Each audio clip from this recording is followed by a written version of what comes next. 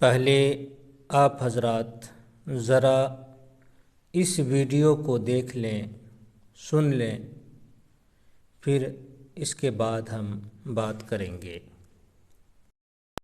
रामायण की बात करते हैं और आप जो है उनके करेक्टर की बात करते हैं। राम जी का जी कैरेक्टर सिर्फ वाल्मीकि रामायण में नहीं बल्कि रामचरितमानस में भी दर्ज है। जी जी जी जी पता है ठीक मुझे। है। वो ठीक है। आप तुलसीदास जी की आपने कभी तुलसीदास जी के रामचरितमानस पढ़ी है? नहीं पढ़ी होगी, आप क्योंकि बात आप कीजिए आप ना, लोगों को। बात कीजिए, पता चल जाता है। मैं बात ही कर रहा हूँ, आप बीच में बोल रहे हैं, अब रुक जाइए आप। जी, अब फिर ऐसे ना आपको जो है ना बोलिए ना, मुखातिब ना करें। तुलसीदास की आपको तुलसीदास जी की रामचरितमानस भी पढ़नी चाहिए। आपकी थोड़ी सी इस्लाह हो जाएगी, थोड़ा सा आपका दिमाग खुलेगा। जहां तक बात वाल्मीकि। है रामचरितमानस या फिर वाल्मीकि रामायण की, जी जी। देखिए ये दोनों ही किताबें जो हैं वो हम्म, ना तो राम जी के समय में लिखी गई हैं, ना तो खुद राम जी ने लिखवाई हैं, ना तो लिखी है। ठीक है। अच्छा अच्छा ये अच्छा। उनके बाद में जो फॉलोअर्स हैं उन्होंने जी लिखी जी। है।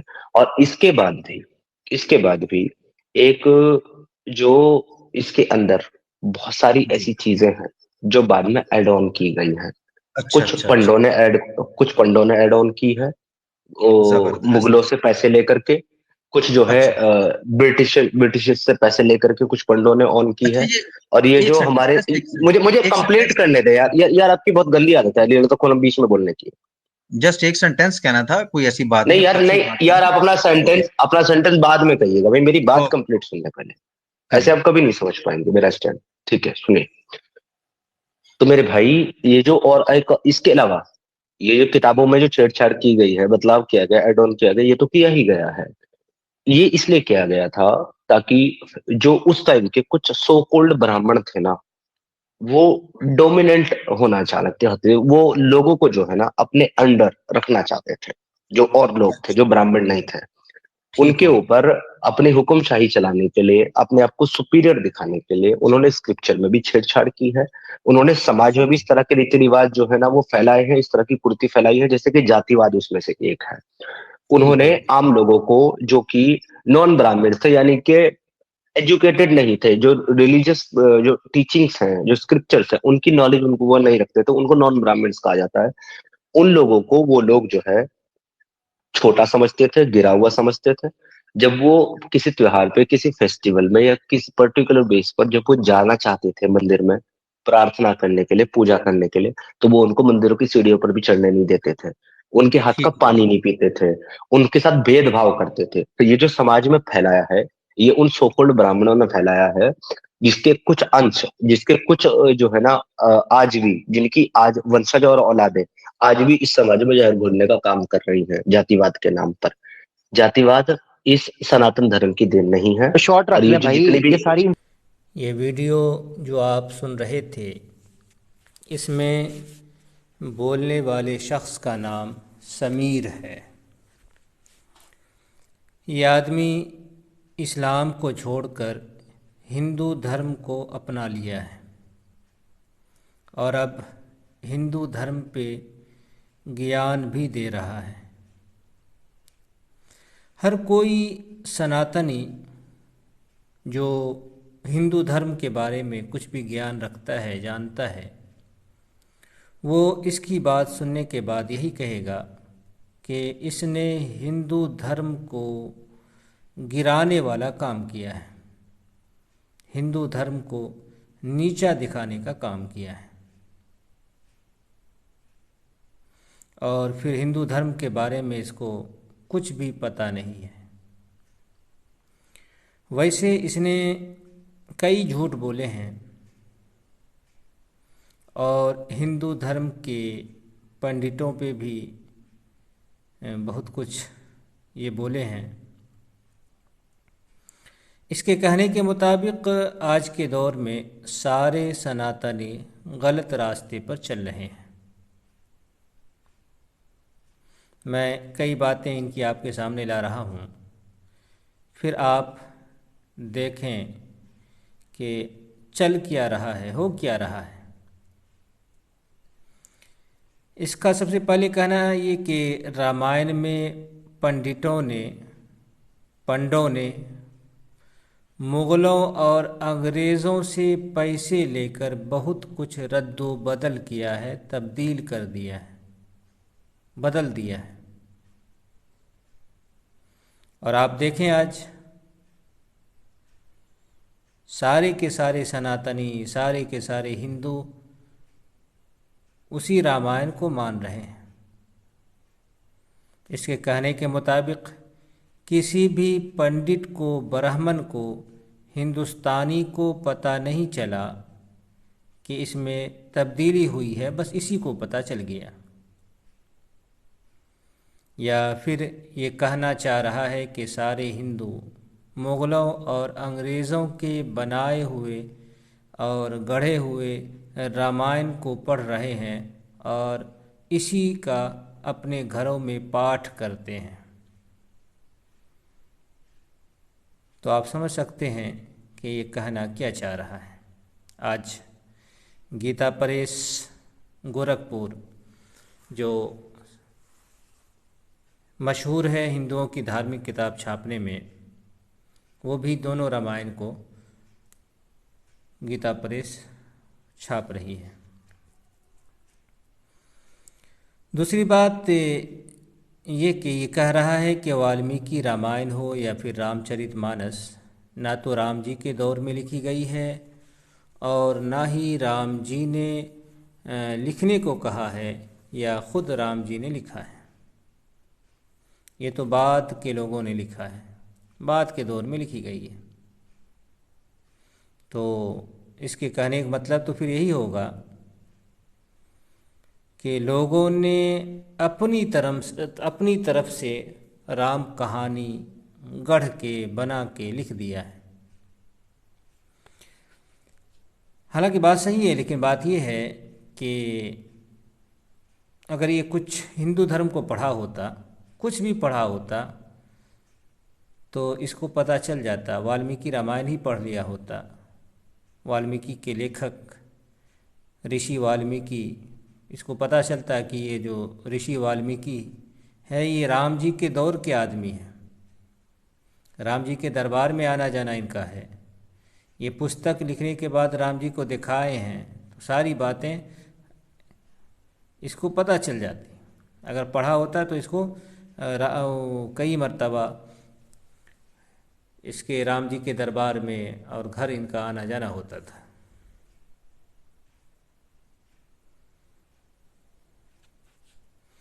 ये कह रहा है कि राम जी का चरित्र सिर्फ वाल्मीकि रामायण में ही नहीं बल्कि रामचरितमानस में भी है, पर इसको पता नहीं कि रामचरितमानस हिंदू धर्म के अनुसार राम जी के दुनिया से जाने के 8 से 9 लाख साल बाद लिखी गई है। तो हर हिंदू समझ सकता है कि रामचरितमानस में जितनी भी बातें होंगी वो बातें जब तक वाल्मीकि रामायण में नहीं होंगी तो नहीं मानी जा सकती है। क्योंकि वाल्मीकि इनके बकौल, इनके कहने के मुताबिक उसी दौर के आदमी थे, तो उन्होंने देखा राम की ज़िंदगी को, राम की पूरे हालात इनकी नज़र के सामने थे, सारे मामलात, तो फिर इन्होंने देख के लिखा है।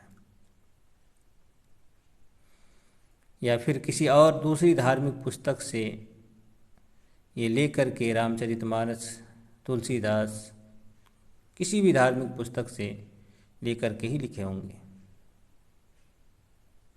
मैंने वाल्मीकि रामायण और वाल्मीकि जी की एक और रामायण है आनंद रामायण के नाम से, इसके बाद महाभारत और 20 के आसपास पुराण पढ़ने के बाद जो रामचरितमानस को देखा, हालांकि रामचरितमानस मैं शुरू ही में पढ़ चुका था, फिर बाद में भी पढ़ा और कुछ कहानी जहन में थी,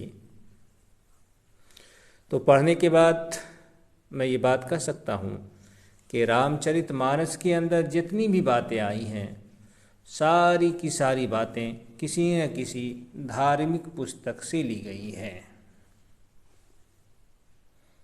बहुत कम हिस्सा ऐसा होगा जिसको तुलसीदास ने अपनी तरफ से रामचरितमानस में लिखा है।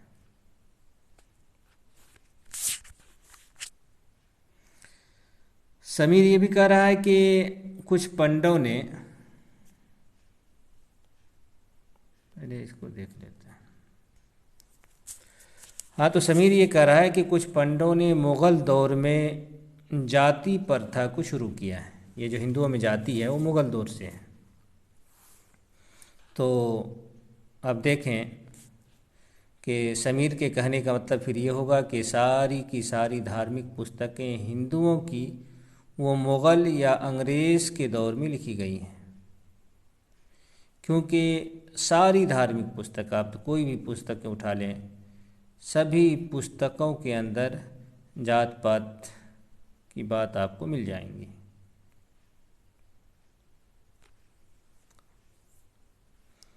जबकि आप अगर तारीख़, हिंदुस्तान की तारीख़ देखेंगे तो जब से आपको हिंदुस्तान की तारीख़ मिलेंगी तब से आपको जात पात भी मिलेगा। 11वीं सदी के एक मशहूर इंसान बैरूनी हिंदुस्तान आया था और उसकी किताब किताबुल हिंद नाम से है। इस किताब में भी आप जात पात को देखेंगे, बल्कि आप पढ़ेंगे तो पता चलेगा कि हर दौर से ज़्यादा देखने यहाँ वहाँ उस दौर में जात पात हो रहा था और हर दौर में उसी तरह से होता था। वो लिखते हैं कि अपने दौर के बारे में कि कोई वैश्य या शूद्र अगर वेद को सुन लेता तो शीशे पिघलाकर उसके कान में डाले जाते थे, और अगर पढ़ लेता तो उसकी ज़बान काट दी जाती थी। तो ये काम उस दौर में शूद्र के साथ साथ वैश्य के साथ भी होता था। जबकि इस दौर में आप देखें तो वैश्य को ऊंची जाति में माना जाता है, उस दौर में ये भी नीच जाति में शुमार होते थे। और किताबुल हिंद जो बैरूनी की है, ये तारीख़ी तौर पर सबसे ज़्यादा काबिल कबूल किताब है। और भी आप किसी भी तारीख़ को देख लें तो आपको जात पात उसमें मिल जाएगा। तो कुल मिलाकर बोलूं तो यही बोलूँगा कि ये आदमी सनातन धर्म के बारे में कुछ नहीं जानता है। ये हिंदू क्यों बना, तो ये बात भी अब किसी से छुपी हुई नहीं है। हिंदू बनने के बाद इसको पैसे मिले, लड़कियां मिली, मौज मस्ती और अय्याशी के ठिकाने मिले, तो फिर हिंदू क्यों ना बनता।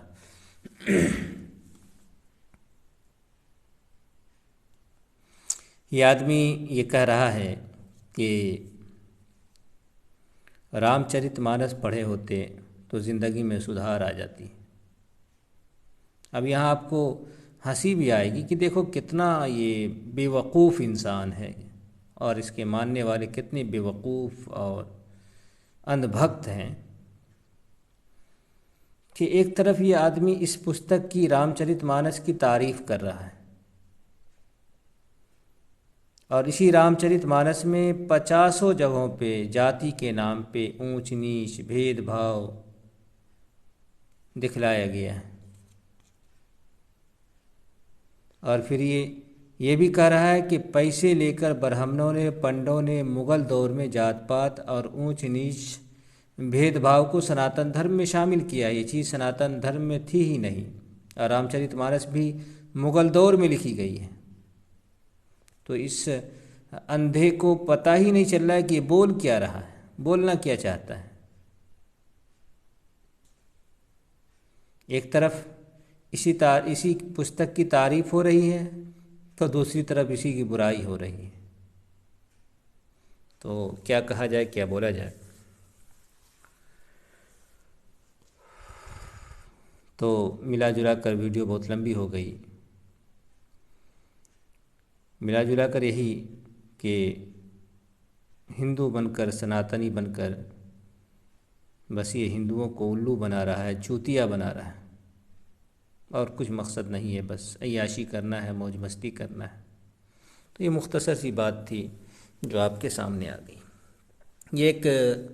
ये जो बोला ज़िंदगी में सुधार आ जाएगी, वैसे बहुत सारी, जब हम रामचरितमानस पे बात करेंगे, वीडियो बनाएंगे तो बहुत सारी वीडियो आएगी। यहाँ देखिए एक मंत्र आपके सामने है, अधम ते अधम अधम अति नारी तिन्ह मुँह मैं मतिमंद अधारी अघारी का। यहाँ क्या है इसका अनुवाद कि जो अधम से भी अधम है स्त्रियाँ, उनमें भी अत्यंत अधम है। क्या बता रहे हैं तुलसीदास की जितनी भी चीज़ें नीच से नीच हैं, कमतर हैं, गंदी हैं, बेकार हैं, दुनिया के अंदर एक इंसान तसव्वुर करे तो नीच और गंदी और कमतर चीज़ें जो उसके जहन में आए, तसव्वुर में आए, उससे भी नीच चीज़ जो है वो स्त्रियाँ है, औरत है, महिला है, नारी है। ये तुलसीदास जी बता रहे हैं। तो इस तरह की बहुत सारे मंत्र आपके सामने आएंगे, तो खैर इसको रहने दें, इस पर क्या हम बोलें। ये भी लगता है कि उसी का है। यहाँ क्या है कि जातिहीन अध जन्म मही मुक्त को नहीं असी नारी महामंद मनसुख चाहसी ऐसे प्रभोई बिसारी। कि जो नीच जाति की और पापों की जन्मभूमि थी। तो यहाँ क्या बताया है, एक औरत थी, उसको पापों की जन्मभूमि, नीच जाति और पाप की जन्मभूमि। तो यहाँ पाप की जन्मभूमि स्त्री को बताया गया, तो औरत को। तो ये इस तरह की बातें इस पुस्तक के अंदर है। तो खैर रहने दे इसको, इस पर कई बाद में इस पुस्तक पे बात आएगी।